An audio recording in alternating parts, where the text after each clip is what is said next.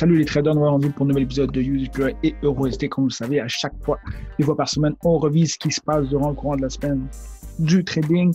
On analyse ensemble et au final, on voit ce qui va se passer pour la prochaine semaine. Alors, si jamais vous ne me connaissez pas, je suis Sergio Guerrero de Forex Vision Academy. Je suis ici pour vous aider à comprendre le Forex et à devenir des meilleurs traders. Et avant de continuer, les amis, allons en intro. Damn.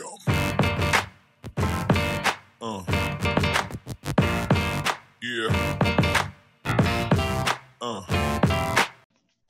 Alright guys, alors encore bienvenue aux nouveaux gens qui se sont abonnés à ma page. Voilà, merci beaucoup, c'est une bienvenue dans la communauté. C'est toujours génial de voir que la communauté grandit et vraiment merci pour les commentaires des gens qui me disent toujours de continuer les vidéos pour elle. Vous êtes vraiment la raison pourquoi je continue. Alors j'ai du plaisir, je pense que vous le voyez et allons-y. Alors avant même de commencer, comme je fais maintenant, chaque mardi on regarde un peu Forex Factory qui sont les nouvelles. On peut voir que ce lundi il n'y a pas eu grand-chose. Mardi, qu'est-ce qui va se passer? Dépendant de nous, comme on fait EURUSD et USDPY, on recherche vraiment des nouvelles de Euro, de USDPY ou JPY. Vous voyez ici Euro le mardi.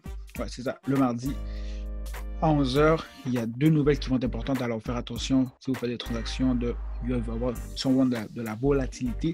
On a une autre nouvelle qui est quand même importante, pareil, à 1h dans l'euro. Si on va après ça pour mercredi à 11h, encore là, on a une nouvelle qui va être importante. Alors, faire attention avec la volatilité. Et vendredi, je pense que ça c'était jeudi. Non, ça c'était jeudi. Non, jeudi, il n'y avait rien. Ah, jeudi, il y a quand même un peu de nouvelles. Et par la suite, vendredi, c'est le NFP. Le NFP, je pense que vous connaissez, c'est où il y a le plus de volatilité en général durant le courant du mois. Alors, faire très attention. Alors pour USDPY, je me suis trompé. Pour USDPY, j'en avais justement parlé durant le courant de la semaine que le mouvement avait peut-être monté.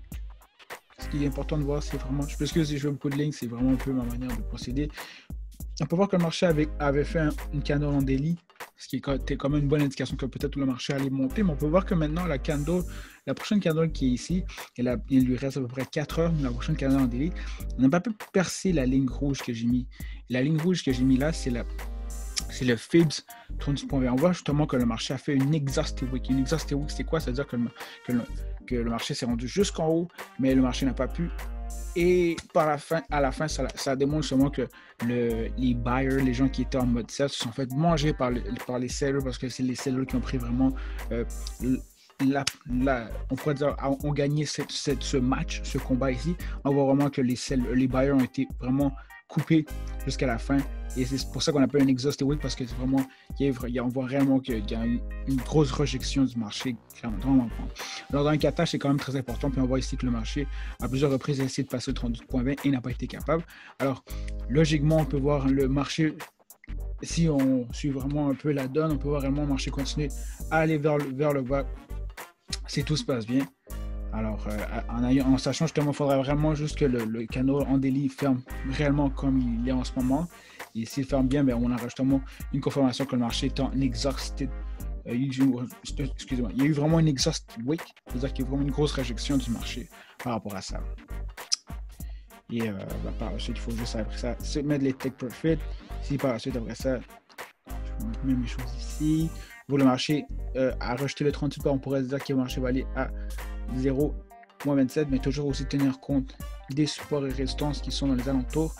Et comme je vous dis, premier take profit, ce serait ici, deuxième et troisième. Encore là, il faut vraiment attendre de voir comment le marché va se comporter. Le marché en ce moment, comme j'avais dit précédemment, on voit que le marché ici est en train de monter peu à peu. Alors, est-ce qu'il y a un changement de direction, oui ou non? Alors, vraiment rester à l'affût, parce qu'en ce moment, comme je l'ai dit depuis plusieurs semaines, on est vraiment dans une zone de support. Alors, ce ne serait pas surprenant que le marché décide de remonter. Alors, suivre vraiment par précaution le mouvement, mais en ce moment, comme on est toujours sur le long terme, on est sur un mouvement en baissier, Alors, ça va être pour USDPY. Pour EURUSD, je ne sais pas pour vous, guys, mais ça fait longtemps, même extrêmement longtemps. Je pense même que déranger un de mes followers dans cette chaîne qui me suit depuis le début, c'est comment EURUSD, ça a été toute une bataille. Depuis, je pense, septembre depuis septembre que je me disais que ça allait monter et finalement le marché a rejeté. Et finalement, le marché a réellement brisé. La structure est allée vers le haut. Alors, c'est génial. Il faut justement simplement attendre que le marché qui sait, va faire ça comme ça ou au final va juste exploser. Mais comme j'avais déjà dit dans la vidéo précédente, le premier take profit était à moins 27%. Et comme vous pouvez le voir, le marché l'a touché. Le marché aussi a brisé la résistance et la zone de résistance. Alors, c'est très, très encourageant. Et ce que j'ai fait justement aussi avec ça pour m'aider un peu dans le structure. Je sais que mes lignes ne sont pas toujours parfaites. Des fois, c'est que le marché bouge un peu. Mais je me suis fait ici dans le petit time frame. Dans le petit time frame, exemple, c'est dans le 1H. C'est ça, les couleurs. Quand c'est bleu, c'est dans le 1H. Quand c'est orange, c'est dans le 4H. Mais on voit ici qu'il y a eu high, high, low, high, high, low. Et on voit ici que la zone ici a été retestée par la suite pour remonter. Et ainsi de suite. Ce qui a été intéressant vraiment ici, à cette période-là, et c'est là que le marché a explosé, c'est qu'il y avait deux opportunités de pouvoir entrer dans le marché. Et c'est là où j'ai pris une opportunité. La première opportunité était vraiment à peu près ici. J'ai vraiment attendu que les deux candles se ferment. Il y a une candle ici, une et deux. Par la suite, je suis rentré ici. Et c'était parti. Après ça a vraiment, on peut voir exploser. Et par la suite, ce que a fait le marché, c'est simplement que le marché est venu retester la zone, voir s'il y avait vraiment un support assez fort pour la retenir, et c'est ça qui est arrivé. Et par la suite, ça a été une bonne opportunité de rentrer, on va dire à peu près ici. Attendez toujours au pire de deux canaux pour être sûr de ne pas tomber dans le piège et que le marché tombe. Une autre entry ici, boum, vous repartez et le marché est parti vers le haut. Alors, logiquement pour moi, ce serait vraiment de voir le marché se rediriger maintenant vers le prochain take profit qui serait à moins 61, moins 80. Est-ce que le marché va faire un retracement un peu comme ici avant de monter? Ça se pourrait. On est juste simplement le mardi, alors d'ici à peut-être vendredi, est-ce que c'est à vendredi au NFP que le marché va se compléter, que le mouvement va se compléter? Peut-être, mais ça a l'air quand même très très intéressant de voir que le marché va peut-être compléter ce mouvement peut-être aujourd'hui ou peut-être demain ou qui sait. Ce serait une chose à voir, ce serait que ça arrive ici, que le NFP, le marché fasse tomber et par la suite il décide de remonter. Mais encore là, il y a toujours plusieurs scénarios. Le marché peut finalement perdre un peu de sa chose et on a retesté finalement le moins 27 et aller vers haut. Mais on sait une chose aujourd'hui, on sait très bien que maintenant le marché est réellement dans son mouvement aussi. Je pense que ça faisait plusieurs semaines que je disais que j'attendais des candles weekly et daily, mais là c'est clair. Je pense que c'est clair. Il faudra juste, comme ça a déjà brisé la chose. Encore là, il nous reste 3 jours, mais c'est très fortement que cette candle-là va rester comme ça, elle va continuer à monter parce que notre mouvement est un mouvement aussi. Et puis on voit que graduellement le marché est allé vers le haut et c'est vers là qu'il se dirige. Alors, patience mes amis, patience avec le Forex. N'oubliez pas, il y a 20% de temps qu'il vous devez rentrer, il y a 80% du temps que vous devez écrire et attendre. Alors essayez de toujours être dans le 20% et non dans le 80% pour pouvoir réussir justement à faire des bonnes transactions.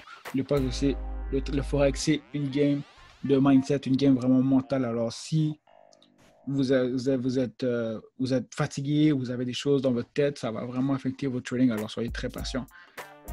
Et laissez-moi savoir si vous avez réussi, parce que je sais que j'en avais parlé la semaine passée. Laissez-moi savoir si vous avez réussi à prendre le take profit que j'avais dit, ou si vous avez juste de base réussi à prendre un profit sur EURUSD. Je suis vraiment curieux de voir ce qui s'est passé pour vous. Et sinon, qu'est-ce qui s'est passé que vous avez manqué dans ces transactions-là que vous auriez pu réussir. Alors, sur ce, je vous laisse les amis. Je vous dis une bonne semaine. On se revoit au prochain vidéo qui est vendredi. Et sur ce, merci beaucoup et au revoir.